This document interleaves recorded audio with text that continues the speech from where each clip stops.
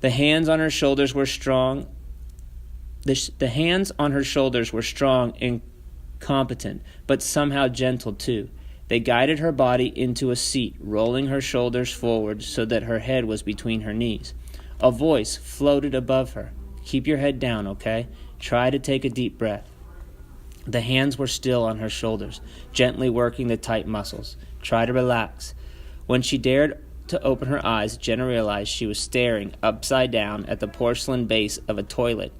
Stunned, she bolted upright, coming face to face with Amy Ruggiero. "There aren't any paper bags in here. This'll have to do." She handed Jenny a paper towel bunched up with a small opening at one end. "Breathe into this. You need to inhale and exhale in deep breaths."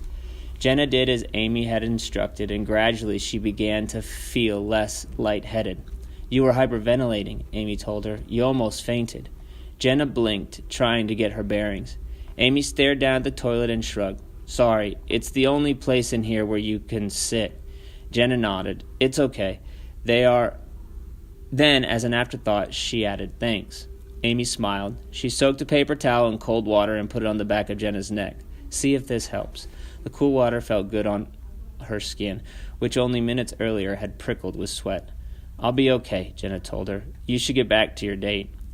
Amy frowned as if she wasn't at all sure what Jenna was talking about. "I came to the movie alone, but that guy..." Jenna squeezed her eyes closed. How could she be so stupid? Now Amy would know she'd been watching them. But Amy didn't seem to notice. She rummaged through her enormous shoulder bag and pulled out a compact. "That guy," she informed Jenna, turning to face the mirror, "is not my date. He's a creep." She began to smooth powder over her shiny forehead. "They get these ideas, you know. They hear things and they think..." Amy tossed her free hand in the air, shrugged, and shook her head as if that said it all. Jenna watched her pull lip liner from her bag and go to work on her lips. She wanted to ask Amy if this sort of thing happened to her a lot, but she didn't dare. She had no business prying into Amy's personal life. "I guess I'd better get back." "Are you sure you feel all right?" Amy turned to look at her. Her dark eyes were full of concern. Jenna noticed how deep those eyes were. So deep you could fall right into them. "I'm fine." Jason was there waiting for her when she stepped out of the restroom. Amy slipped out behind her. Jenna saw her heading across the lobby and out to the mall. Apparently, she was not planning to see the rest of the movie. Suddenly remembering Jason, Jenna said, "You're missing the movie." "I was worried about you," he said. "I was worried about you. What happened?" Jenna tried to shrug it off.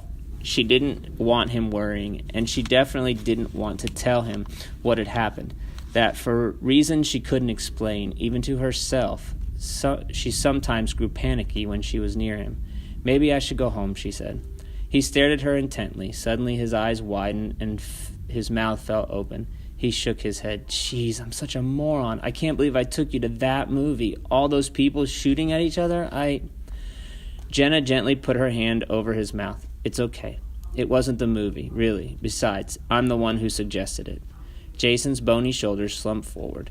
"We could go to another show," he suggested hopefully. "Some other time, okay?" Reluctantly, he agreed to take her home, and they headed back to the bus stop.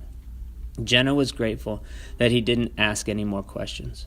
On the bus going home, she began to wonder if her panic around Jason was somehow connected to her father's death. Maybe she shouldn't be dating anyone right now. She was supposed to be mourning, right? Only so far that hadn't happened. It had been 3 weeks, and she hadn't once cried. She didn't count the sneaky little tears that sometimes came while she slept. It was dark outside.